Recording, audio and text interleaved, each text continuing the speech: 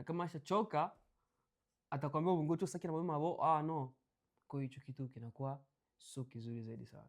Yeah. Lakini hii mada nilikuwa napenda kuizungumzia hususani, lakini iko mada ambayo asijui wengine watajisikiaje, lakini mimi napenda kuizungumzia kutokana na hiyo. Hii ni mada ambayo kidogo inakaa aibu. Ni kutokana na vijana wengi wakienda chooni. Unaona vijana wengi wakienda chooni, aenda jisaidia haja kubwa, haja ndogo. Hususan sisi ambao tumetoka Afrika, 100%. Tukisha maliza kujisaidia, hatukwagi tunasafisha choo. Shida inakuwa nini? Ni mazoea, kwa sababu tumezoea zile choo zile za African toilet za kukaa hivi tu na unaachia unaondoka. Kwa nini hatuna ile mazoea kusafisha choo na kuifanya choo ikawa safi, ikawa na mazingira mazuri? Shida inakuwa nini? Kwangu mimi naweza nikasema okay. Kuna wale wengine vijana ndo hawashindaki nyumbani. Unakuta yaani sehemu ndako anashinda, kwa sehemu ndako anashinda ndio sehemu zile choo. Akijisaidia unakuta choo pekee na jiflash tu moja kwa moja. Yaani choo pekee na yani jinajishusha hiyo pekee, kwa sababu ule maboro mnakaa nini na kamera pale, so hata ukisimama hivi inajiflash hiyo pekee. Okay. Hata kama kuna zile choo za masomo, zile za masomo au za makampani, aziwagiza mpaka ufinye hapa umeweza ukojoa peke na jinani, so unakia kujikuta kushinda nyumbani hata masaa 8 kushinda nyumbani. So unatoka zako mkampani, unakojoa, unaweza kwa kitandani, unashindwa kukumbuka kama hakuacha na flash, kwa sababu akili yako unachukulia ni zile choo za wapi za mkampani. Hata bila kuflash, yani sometimes mkojo mkojo unakuwa na tabia ile ya kuruka, naweza karuka huko juu na nini, masuala kama na mkojo ni kitu ambacho kinachaga rangi kule juu. Sasa kwa nini yani unashindwa kuchukua muda ama nafasi ya kuchukua ile paper ile toilet paper unapakusa tu kule juu? Si sabuni kwa pale utanao, lakini tushakuwa na ile mazoea ya kuacha na kuondoka. Nataka nijue shida inakuwa shida ukisema eti company, lakini kuna Saturday na Sunday mtu anashindaga kunyumba. Na inaweza kukushinda hata kupitisha mara 2 mara 3.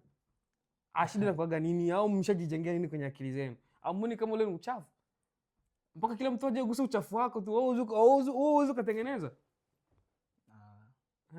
Imekaaje jana? Ndio baba anataka kuelewa. Ila kwa kuna vijana ndo wanajua ni watu tunafanyaga vile, inabidi watuambie hapo chini.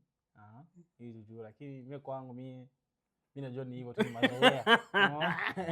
Lakini ni sometimes ukikumbuka, mtu akikumbuka nafika moment anapanguza. Na kunafika zile moment unakuta mtu yaani akili yake haweki pale kuchoo tena. Akili yake iko pale kuchoo kama kulimonjeka kama vitu. Okay. Inafika anafika naenda. Lakini uone kama kila siku ikikuwa nabaki vile itakuwa inaacha mess. Sasa ikikuwa naacha vile, damu inabidi mtu aje asafishe. Nani atakusafishia ukiwa mwenyewe? Utasafisha peke yako. Kwa hiyo ni kitu ambacho inaomba tuweke mawazo sana na kufanya mambo kama na ya kujisafishia.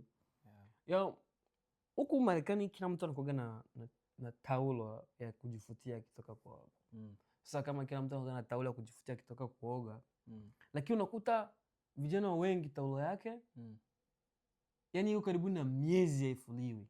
Yani takriban sijui niseme ni miaka ngapi, afu taulo ambao anaenda anakuja anajifutia, anaenda kuja kujifutia ile tu kutoa ile maji yanachaga uchafu. Yale maji ambayo kumenya yanachaga uchafu. Kwa nini sio sana vijana hawana hii tabia ya kuosha taulo zao? Shida ni nini? Na sio tu taulo, utakuta kwenye kitanda cha mwanaume takriban shuka zake ambazo analaliaga. Mimi zangu nafua, msiseme hizi sema. Zaka na shuka, mimi nimesema kwa niingia kwenye chumba mtu mmoja. Shuka zake ambazo analaliaga takriban miezi 2 shuka ziko pale. Yaani zishakuwa na drapo, zishakuwa na maflagi kwa ramani zishakuwepo. Shida inakuwa nini sana vijana? Kwa nini hatupendagi kufua taulo zetu na shuka ambazo sisi tunalalia? Mimi kwangu naweza nikasema sana ni kutokeana na gisi alilelewa na familia yake. Okay.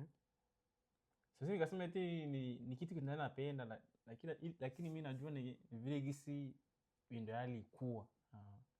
Kuna wale watu ndio walikuwa yani kwenye ile nani ya kutekeza unakuta aweza kafanya kitu yeye mpaka wamfanyie hata kufua nguo yeye tu akitoka sehemu huko akichange manguo ili manguo yake uchafu anakuja tu anaweka mbase pale anategemea ule mmoja atakia kuna nini kulanda afika naweka zile manguo mle ndani ile afue. So inakaa inatokeana na jinsi mtu alilelewa. Okay. So kama ulilelewa hivyo at least inabidi uwe na unashughulika na mambo yake. Unashughulika na mambo yako. Kwa sababu itafika moment utakuwa na peke yako. Okay. Utashi peke yako.